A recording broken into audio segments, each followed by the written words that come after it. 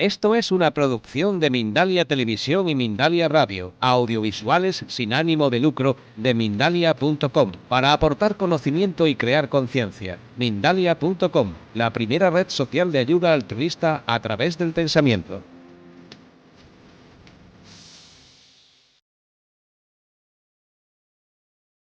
Os voy a presentar a Emilio, aunque yo sé que muchos de vosotros lo conocéis. Realmente, para mí ha sido una sorpresa muy grata conocer a Emilio, y lo conozco muy poquitos minutos, nos vimos ayer, nos hemos visto hoy, y yo podía presentarlo pues como viene en el currículum que puse en la página web, una persona especialista en economía, ha sido político, pero realmente yo diría simplemente, llanamente, es una persona íntegra y es una persona de conciencia, y una persona que comunica muy bien todos esos conocimientos que ha adquirido y que ha experimentado. Y yo, quisiera con una fuerte ovación darle las gracias por estar en este congreso, porque además, como he dicho anteriormente, se tiene que ir rápidamente. Muchísimas gracias, Emilio. Te dejo el micrófono.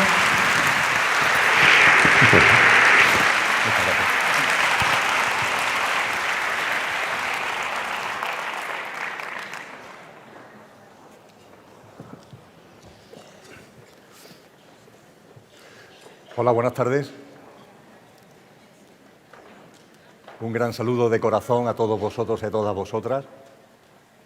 Mi agradecimiento hondo a Rafael, alma mater de este congreso, que se ha ido poco a poco consagrando como uno de los foros y uno de los encuentros fundamentales para tratar un tema que está presente en muchos otros foros, que está presente en muchas otras charlas, pero no con la intensidad y de la manera monográfica con el que se aborda aquí. La vida y la muerte y la vida. Mis palabras van a surgir, lógicamente, a través de mi mente, pero quiero que tengáis la completa seguridad de que, aunque utilice la mente para trasladaros estas palabras, sus contenidos surgen de la consciencia, no surgen de la mente, surgen de la consciencia y surgen, por tanto, de la experiencia, que es cómo se va expandiendo la consciencia a través de las experiencias. Las experiencias colectivas que entre todos estamos desarrollando, tal como magníficamente Paloma Cavadas ha abordado en su intervención previa, y también en el caso concreto de lo que voy a compartir, lo que de alguna forma podría denominar mi experiencia personal, a través de una experiencia cercana a la muerte, vivida y sentida por mí, el 29 de noviembre del año 2010, entre las 16:30 y las 18:30 horas. No os voy a cansar para ni aburriros ni robar tiempo a la organización. No voy a cansaros con lo que condujo a aquello. Fue un accidente, pero realmente fue un regalo y una bendición. En mi proceso conciencial y evolutivo, la vida, la consciencia, me dio ese regalo. Me dio el regalo y la bendición de vivir una experiencia cercana a la muerte intensa, muy intensa. Una experiencia que posteriormente me llevó. Las consecuencias del accidente me tuvieron fuera de juego durante más de 10 meses y durante esos 10 meses de una gran reclusión en casa, durante varios meses no pude moverme, me posibilitaron también hacer algo que hasta ese momento no había hecho.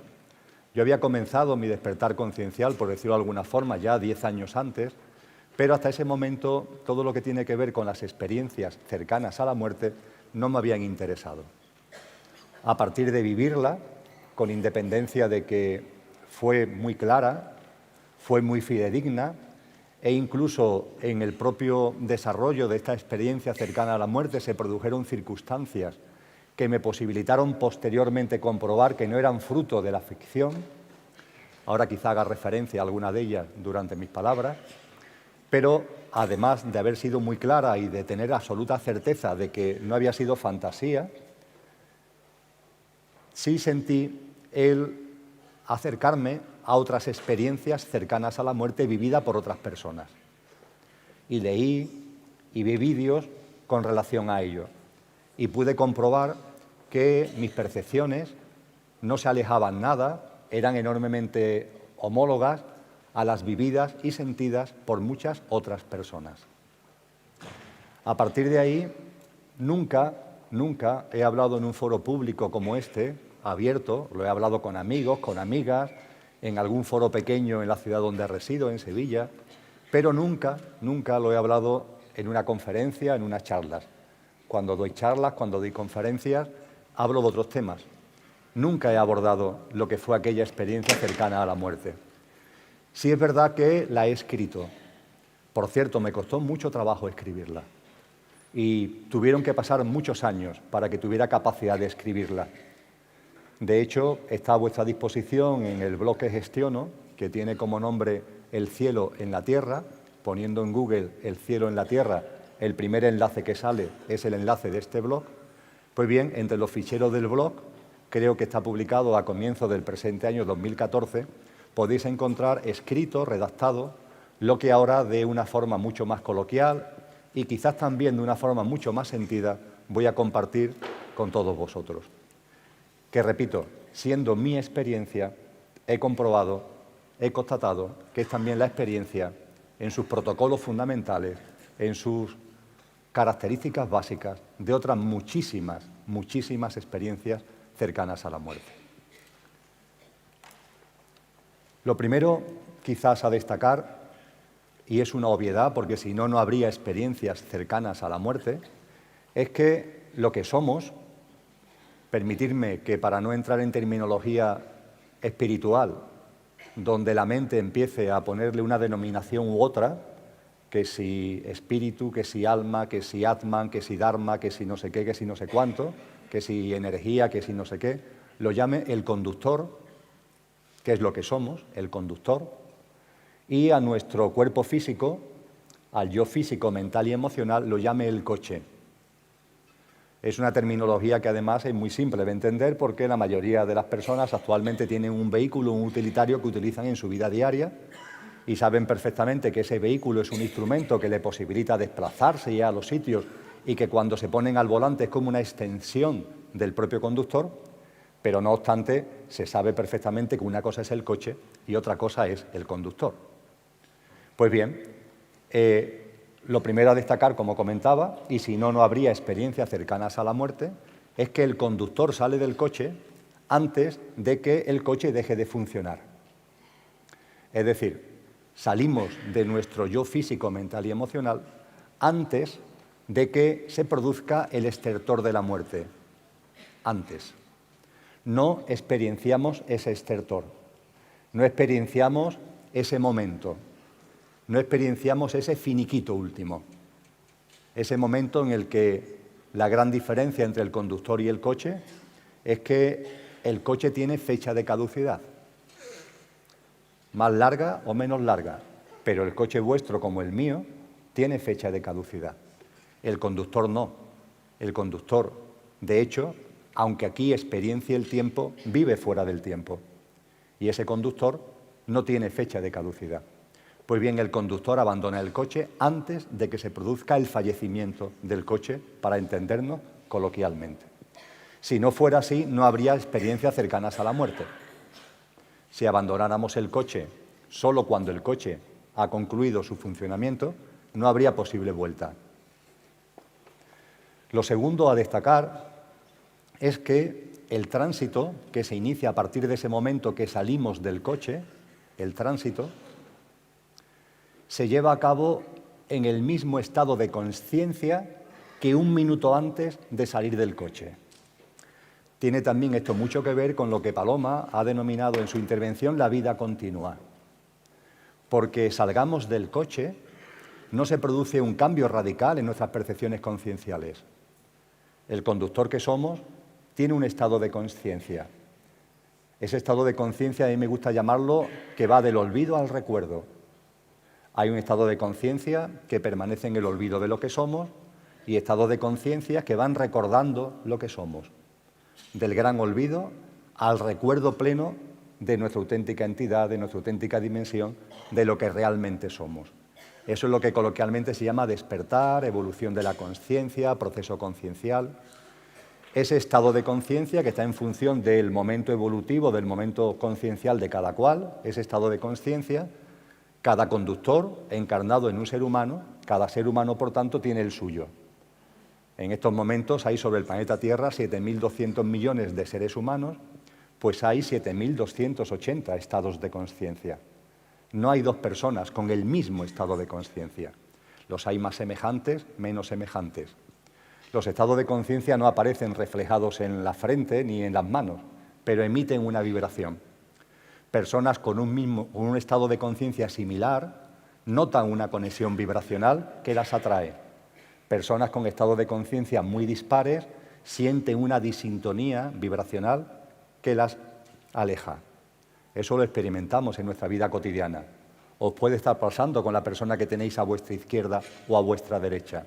En función de nuestro estado de conciencia, emitimos una vibración. Y esa vibración no es ni buena ni mala, ni mejor ni peor en unos o en otros. Cada cual tiene la suya, en función del momento conciencial y evolutivo que vive. Y además el estado de conciencia no es constante, sino que evoluciona. Evoluciona a lo largo de la vida, evoluciona a lo largo de la cadena de vidas, lo que en la humanidad denomina reencarnaciones, que de hecho no es una reencarnación, es una encarnación continua que se despliega en una cadena de vidas físicas. Pues bien, el estado de conciencia, cada uno tiene el suyo y va evolucionando.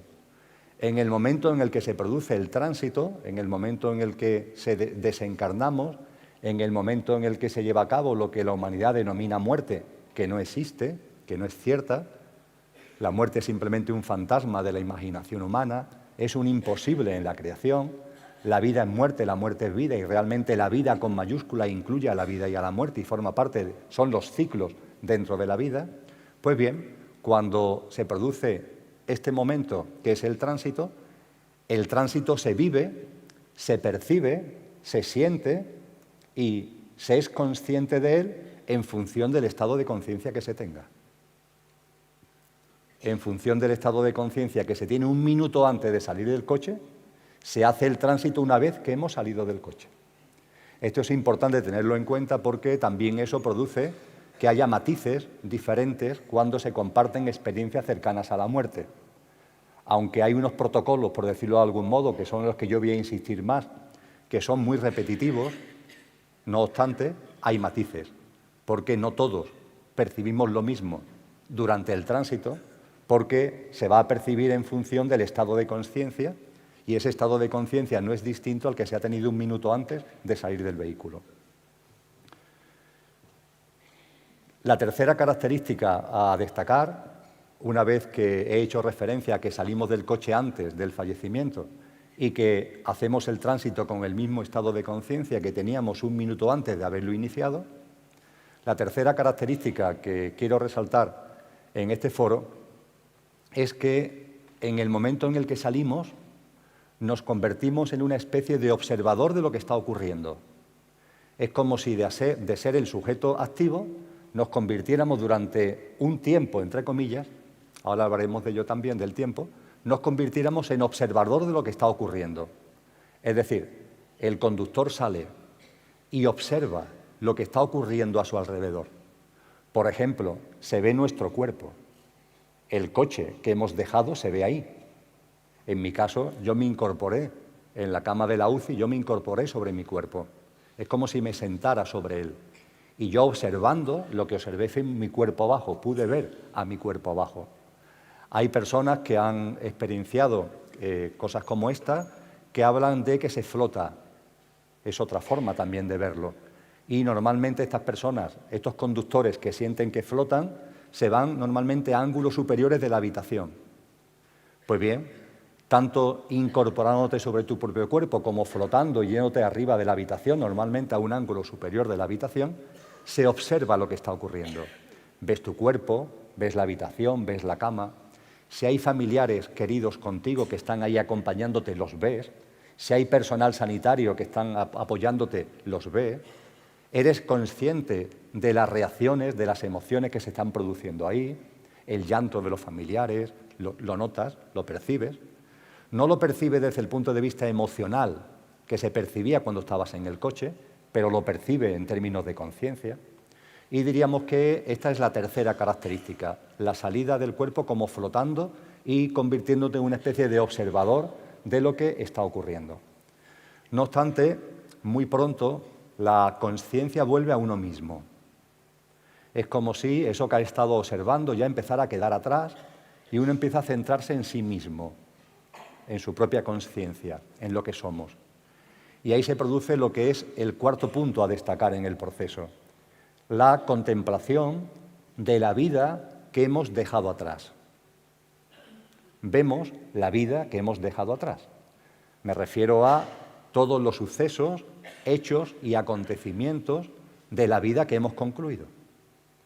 Desde que habíamos nacido en ella hasta el momento del tránsito. Yo en ese momento en el que la experiencia cercana a la muerte, en el año 2010, tenía 52 años. Yo contemplé mis 52 años de vida como Emilio, lo contemplé.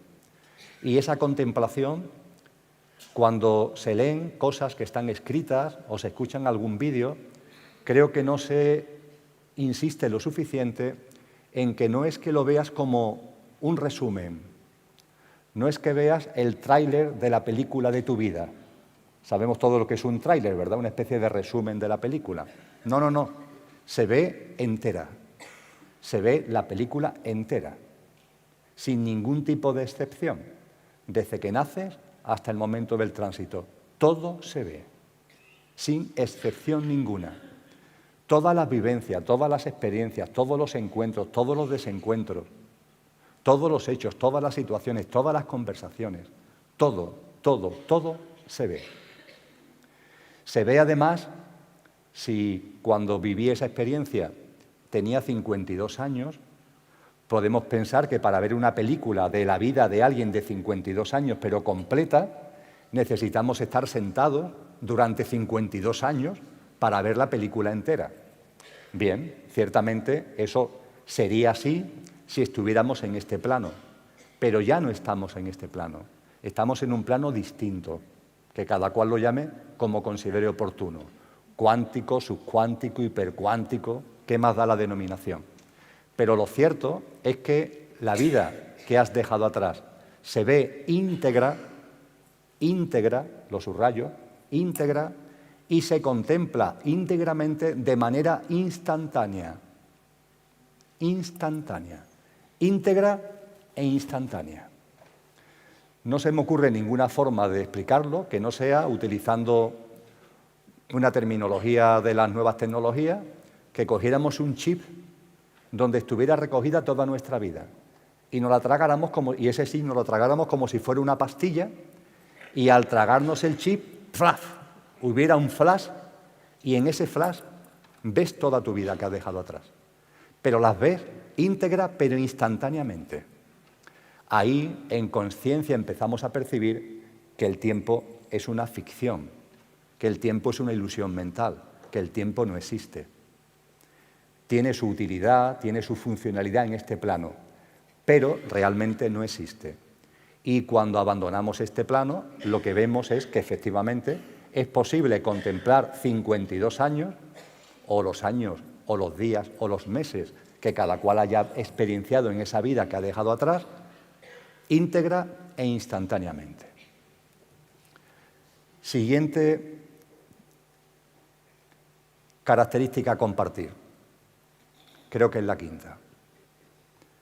Cuando se contempla la vida que has dejado atrás, íntegra e instantáneamente, se percibe con toda claridad algo que es enormemente importante para la vida cotidiana aquí, y que aquí, sin embargo, olvidamos, y que allí, sin embargo, recordamos. Y es que no hay errores. No hay errores. En la vida que dejamos atrás, cuando la vemos, podemos comprobar que no hay errores. Nunca nos equivocamos. Podemos ver con toda claridad que todo encaja, que todo tiene su sitio, que en esa vida que me he dejado atrás nada sobró ni nada faltó, que todo tuvo su porqué y su para qué en clave de nuestro proceso conciencial y evolutivo. Y lo repito una vez más, que nunca nos equivocamos. Podemos sentir, podemos percibir con rotundidad cómo eso que mentalmente consideramos, por ejemplo, un error en un momento concreto de nuestra vida, una equivocación, eso que a veces decimos que nos arrepentimos de ello, que ojalá no lo hubiéramos hecho, eso, sin embargo, no fue un error. Sucedió ante una experiencia concreta y fue la respuesta que correspondía que dieras en ese momento en función de tu estado de conciencia. Y esa respuesta que diste, esa actuación que acometiste en función de tu estado de conciencia ante esa determinada experiencia, no fue un error, fue exactamente la que correspondía según ese estado de conciencia, según la experiencia que tenías delante, para impulsar tu estado de conciencia. Ahí es donde se ve, y no se puede expresar de otra forma, no es que se conozca, se ve que las experiencias no tienen color, que las experiencias que vivimos en nuestra vida cotidiana, de instante en instante, no tienen color. No son ni buenas ni malas, ni blancas ni negras, ni tristes ni alegres, ni agradables ni desagradables. Son experiencias. Punto. Experiencia que nosotros mismos creamos, generamos y atraemos para desde esas experiencias que lo único que tienen es vibración, vibran con una determinada frecuencia, punto.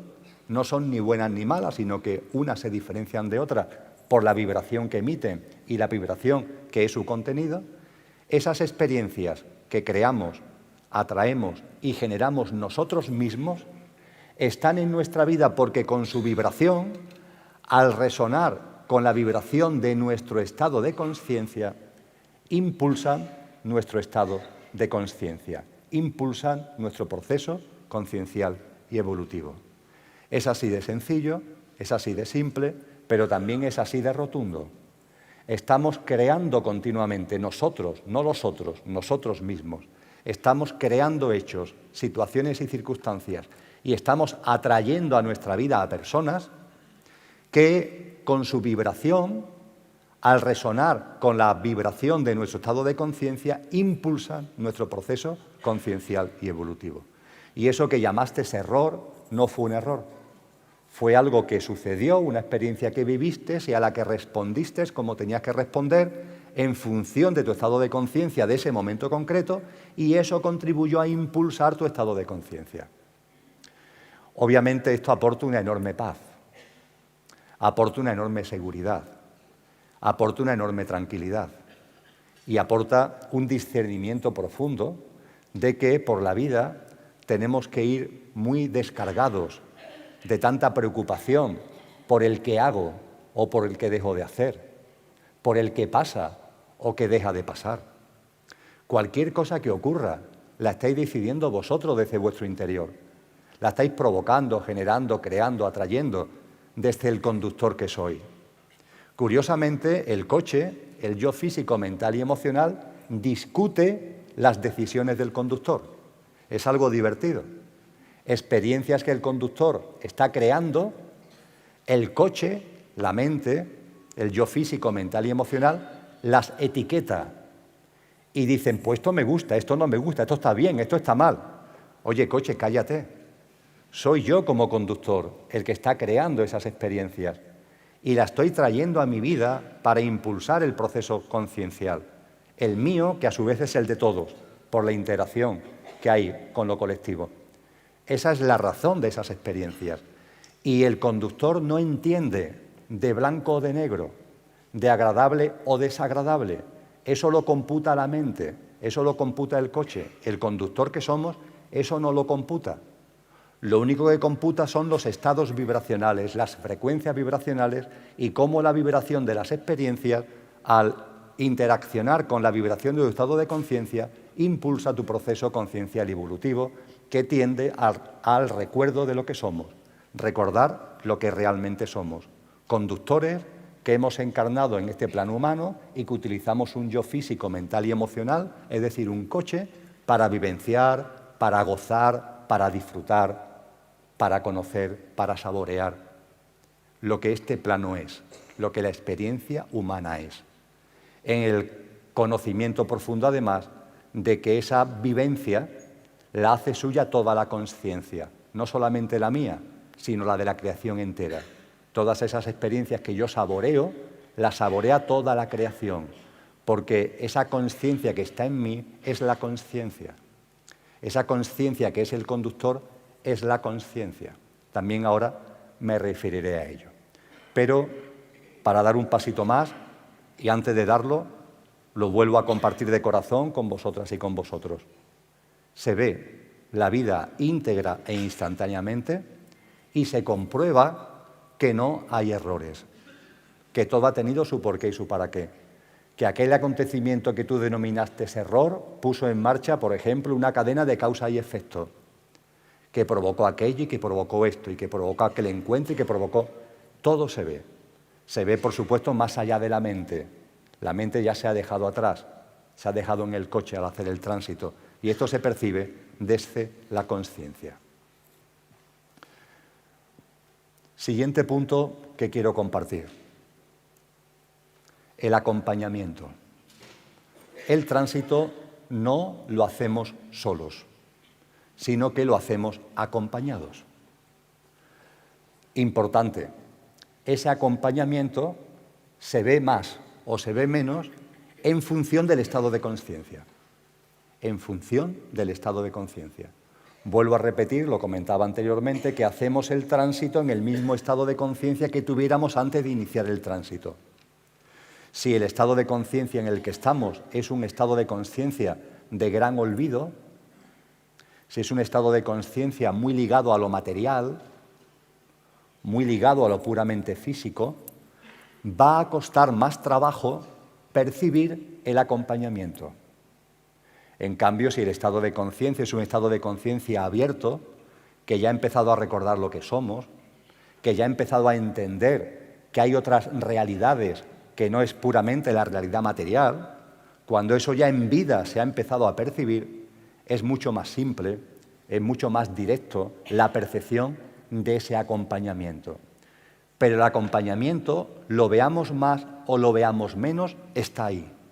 Siempre está ahí. Siempre. Ese acompañamiento es, por una parte, de conductores ya desencarnados, es decir, conductores que ya dejaron el coche y que, mientras que estuvieron en un coche, fueron seres queridos nuestros. Es decir, mientras que estuvieron encarnados, fueron nuestro padre, nuestra madre, nuestro hijo, nuestra hija, nuestra pareja, nuestro hermano, nuestra hermana, un buen amigo, una buena amiga. Habían desencarnado antes que tú y ahí están. Ahí están para acompañarte en ese momento concreto que es el tránsito, para acompañarte. Cuando esto se produce, la percepción de estos, entre comillas, seres queridos fallecidos, y lo vuelvo a repetir, no es que sean los seres queridos fallecidos, son los conductores que encarnaron en coches que durante la vida física compartieron contigo un estatus de ser querido, pero realmente son los conductores. Claro, estos seres queridos que ya han hecho el tránsito no tienen corporidad. Ahí no hay corporidad ninguna. Llamadlo como queráis, energía, consciencia, luz, pero ahí no hay corporidad. Sin embargo, lo vemos con corporidad. Se perciben con corporidad. En mi caso concreto, yo pude ver meridianamente a mi padre y a mi madre, mis dos únicos seres realmente queridos que en aquel momento habían fallecido. Y mi padre y mi madre me acompañaron durante el tránsito. El conductor que había encarnado en el plano humano e hizo de mi madre y el conductor que había encarnado en el plano humano e hizo de mi padre, allí estaban. Habían desencarnado años atrás y allí estaban para acompañarme. En un enorme contexto de paz, transmitiendo muchísima armonía y transmitiendo mucha tranquilidad. Casi se les podía escuchar. ¿Estás bien? ¿Te encuentras bien? Por supuesto no se referían al coche, no se referían a si estaba bien o mal el coche que estaba ahí en la camilla de la UCI, Se estaba refiriendo a tu estado de conciencia, a cómo estabas tú haciendo ese tránsito, si estabas en armonía o estabas teniendo distorsiones. ¿Cómo es posible que a lo que no tiene cuerpo se le vea con cuerpo? ¿Cómo es posible que a esos conductores que habían sido mi padre y mi madre, que ya eran puramente luz, conciencia, energía, los viera exactamente con su fisonomía, tal como cuando estaban encarnados? Es muy sencillo de entender. Estamos en el proceso de arranque del tránsito. Han transcurrido en tiempos de aquí, minutos, un ratito, una hora, pero nuestra conciencia todavía tiene mucha adherencia a la mente que hemos dejado atrás. Es como si la conciencia, aunque ya está fuera del coche y por tanto ya está fuera del yo físico, mental y emocional, pero todavía tuviera una inercia como consecuencia de los años que ha estado viviendo en conexión con el ámbito mental. Y el hecho de que le pongamos una imagen a lo que ya no tiene imagen, el hecho de que le pongamos un cuerpo a lo que ya no tiene cuerpo, es que en conciencia, al tener esa luz delante, esa luz transmite algo. De conciencia a conciencia, la conciencia que soy, de esa luz, de esas dos luces que había delante, yo percibí consciencialmente algo. De conciencia a conciencia había una transmisión. Y mi conciencia, que todavía tenía una inercia de juegos mentales, de funcionamiento mental, es como si en el archivo de la mente buscara imágenes que pudiera asociar a lo que estaba sintiendo. Es como cuando vamos por la calle y hay un olor de pronto que aparece. Nuestra mente pone una imagen a ese olor. Ah, esto huele que están haciendo lentejas en una casa cercana. Y ves las lentejas. O huele a dama de noche o a azahar. Y ves el naranjo. Y ves la flor de azahar. Realmente la fragancia que estás viendo no tiene materialidad. Sin embargo, tu mente fabrica una imagen. A través del aroma estás fabricando la imagen de las lentejas o la imagen del naranjo. No hay imagen realmente, pero tu mente la fabrica, lo asocia. Pues aquí ocurre lo mismo. La conciencia todavía tiene una ligazón con esa mente que acaba de dejar y es como si en el archivo de la mente se buscaran imágenes que pudieras asociar a eso que estás percibiendo y que tienes delante tuya. En este caso, esas dos luces, entre comillas, habían encarnado como mi padre y mi madre y yo lo que percibí eran que estaban relacionados con eso. Y tirando del archivo mental le puse esas imágenes. Por cierto, que aunque mi padre y mi madre eran en ese momento mis únicos seres queridos fallecidos, en una parte de la habitación, algo más lejana, estaban los hermanos y hermanas de mi madre. Mi madre había sido la menor de todos los hermanos y todos habían fallecido en el momento en el que se producía mi tránsito, habían fallecido hace muchos años, y allí estaban todos. Permitidme que lo exprese un poco de broma, pero algo en mí no entendió.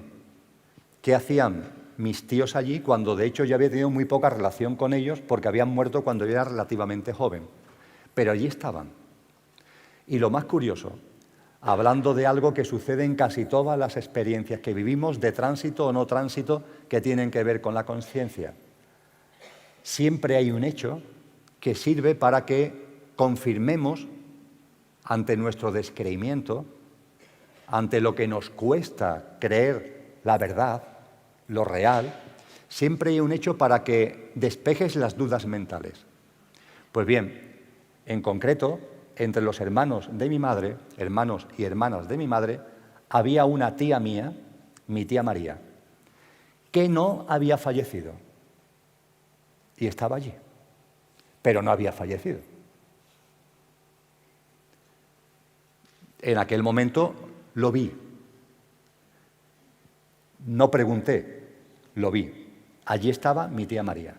Y además del acompañamiento de mi padre y mi madre, allí estaban mis tíos. Permitidme que dé ahora una especie de salto. Cuando terminó la experiencia cercana a la muerte, cuando terminó, la primera persona con la que yo la compartí fue con María Jesús. que le permitieron entrar en la UCI y pude compartir con ella lo que había vivido. Y le dije, mira, María Jesús, lo que no entiendo es que toda la experiencia ha sido tan intensa que para interiorizarla bien necesitaré lo que aquí denominamos tiempo.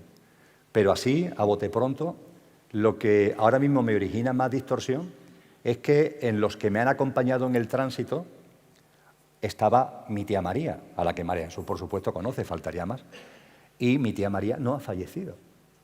Yo no sé qué hace allí.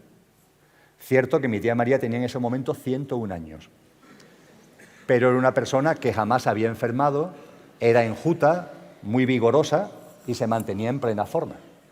En ese momento en el que yo le dije eso, a María Jesús se le cambió especialmente la cara, porque a mí me habían internado en urgencias a eso de las 12 de la mañana, 11 o 12 y media de la mañana de ese 29 de noviembre. La experiencia cercana a la muerte fue de 16:30 a 18:30. Bueno, lo que María Jesús me dice es que mi tía María había fallecido a las 14 horas.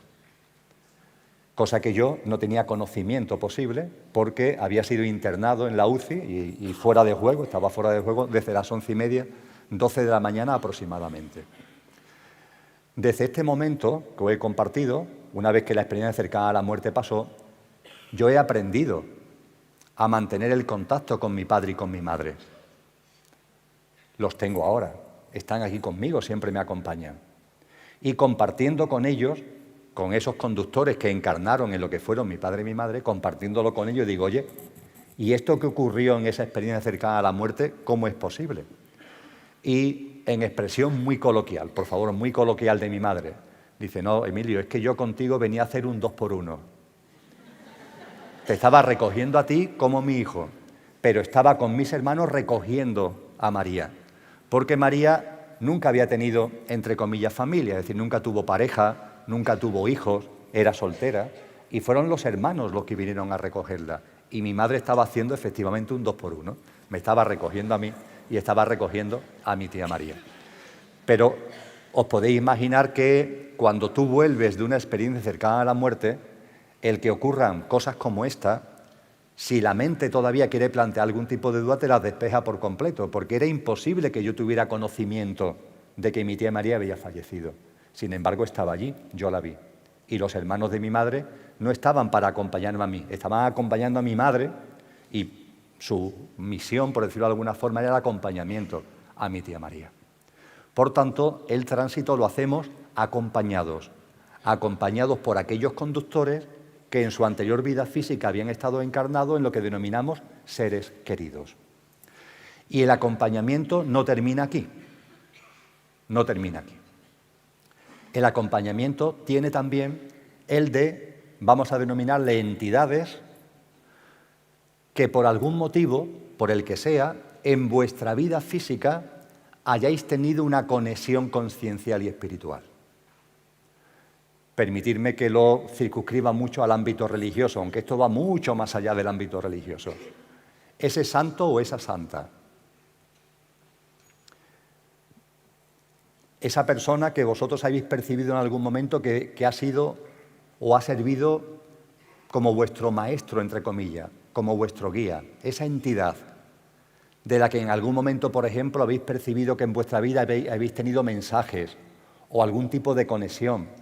No estamos hablando de seres humanos, estamos hablando de otras cosas. Aquellos que los tengáis, los que no los tengáis no pasa nada, faltaría más, pero aquellos que los tengáis, también esas entidades, permitidme que le denomine así, también acompañan. Están allí junto con vuestros seres queridos. Por tanto, lo subrayo y doy otro pasito más. Hacemos el tránsito acompañados. Ellos son, además, este acompañamiento, son los que nos conducen, los que nos posibilitan ver con más claridad el túnel de luz del que ahora hablaré. Pero antes de compartir acerca del túnel de luz,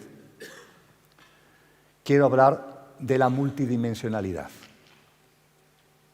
De la multidimensionalidad. He venido compartiendo con vosotras y con vosotros que abandonamos el coche antes de que el coche deje de funcionar. de que al abandonar el coche, el estado de conciencia con el que afrontamos el tránsito es el mismo que teníamos antes de salir del coche. Que lo primero que se percibe es un papel de observador como flotando. Igualmente que empezamos a ver nuestra vida y que vemos nuestra vida íntegra e instantáneamente. Que al ver nuestra vida íntegra e instantáneamente vemos que no hay errores, que todo tuvo su porqué y su para qué, que nada sobra ni falta y que todos los juicios que hacen la mente son propias de la mente pero no tienen que ver con la realidad. Y a partir de ahí empezamos a hacer el tránsito y vemos ese acompañamiento de seres queridos y de otras entidades que están ahí, que nos ayudan a percibir el túnel de luz. Pues bien, en el ámbito del acompañamiento, permitidme que hable de la multidimensionalidad. Cuando encarnamos como conductores en el plano humano, tendemos a pensar que el conductor que somos, cuando vamos recordando lo que somos, si no lo recordamos creemos que somos el coche. Si estamos en el olvido, hay seres humanos y están en su legítimo derecho que no tienen ninguna conciencia de ser conductores. Se asocian, se identifican, se aferran al yo físico, mental y emocional. Punto. Y viven las experiencias que corresponden en ese estado de conciencia. Punto. Ni mejores ni peores, ni buenas ni malas, la que corresponden. Y hacia esas personas, hacia esos seres, mi mayor respeto y todo mi amor. Ni mejores ni peores que yo, ni yo que ellos. Están ahí, en su proceso conciencial, en su estado de conciencia. En la medida en que en la evolución conciencial vamos recordando lo que somos, te empiezas a dar cuenta que eres más que el coche. Que el coche te da un servicio, pero que tú eres más que el coche. Cuando te empiezas a ver como más que el coche, empiezas a sentirte como algo, pero como algo que está en este plano y normalmente solo en este plano. Pero la realidad no es esa. La realidad es que lo que somos, permitidme que vuelva al conductor, el conductor está en todos los planos a la vez. Nuestra auténtica realidad es multidimensional, multidimensional. Creo que el término dimensiones es sobradamente conocido en este foro. La ciencia se ha acercado mucho a describir el cosmos, a describir la creación a través de las dimensiones. Las dimensiones son como una piedra que cae en el agua y abre círculos concéntricos. Y cada nuevo círculo concéntrico se diferencia del anterior por su frecuencia vibracional, por su banda vibracional. Cada nuevo círculo concéntrico tiene una banda vibracional más densa que el anterior. Piedra cae en el agua, el primer círculo concéntrico, podríamos hablar de una frecuencia vibracional muy alta, elevadísima. El siguiente círculo concéntrico un poquito más densa, menos sutil. El siguiente círculo concéntrico un poquito más denso, menos sutil. Y así sucesivamente. Lo que diferencia una dimensión de otra son las franjas vibracionales. Y esas franjas vibracionales de las distintas dimensiones hacen que las formas de vida, los mundos, los planetas, las galaxias que hay en cada dimensión sean distintos, porque esas formas de vida, esos mundos, se adecuan vibracionalmente a la dimensión en la que se inscriben. Nosotros estamos en una dimensión que llamamos densa. Y efectivamente, para llegar a esta dimensión, la piedra que ha caído en el agua ha tenido que abrir muchos círculos concéntricos antes de llegar a este círculo concéntrico. Con lo que hay muchos círculos concéntricos, muchas dimensiones previas, cuya frecuencia vibracional es más pura, más sutil que esta. Y esta tiene una frecuencia vibracional más densa que todas las dimensiones anteriores. La teoría de cuerdas, que dentro del ámbito científico es la que más ha profundizado en esto, dentro de ella no se ponen de acuerdo sobre cuántas dimensiones hay. Y es normal que no haya un acuerdo entre los humanos, porque es un tema convencional. Es como, ¿por qué nosotros llamamos frecuencia modulada a la banda que va entre 87 y 105? ¿Por qué no entre 60 y 120? Pues no, la hemos llamado entre 87 y 105. Esto sería para nosotros una dimensión que llamamos FM. Y es un tema convencional, depende del ancho de banda que tú quieras utilizar a la hora de clasificar las dimensiones. Entonces, dentro de la teoría de cuerdas hay científicos que hablan de pocas dimensiones y científicos que hablan de muchísimas dimensiones, pero todo es un tema convencional. No obstante, en el ámbito de la teoría de cuerdas, en el año 1995 hubo una especie de búsqueda de consenso y se elaboró la denominada teoría M de la teoría de cuerdas, que es buscando un punto de consenso entre todas las teorías que hay dentro de la teoría de cuerdas. Hay 5 grandes teorías dentro de la teoría de cuerdas y se busca un punto de consenso, que es lo que se llama como la teoría M. Y la teoría M habla de 11 dimensiones, de 11 dimensiones.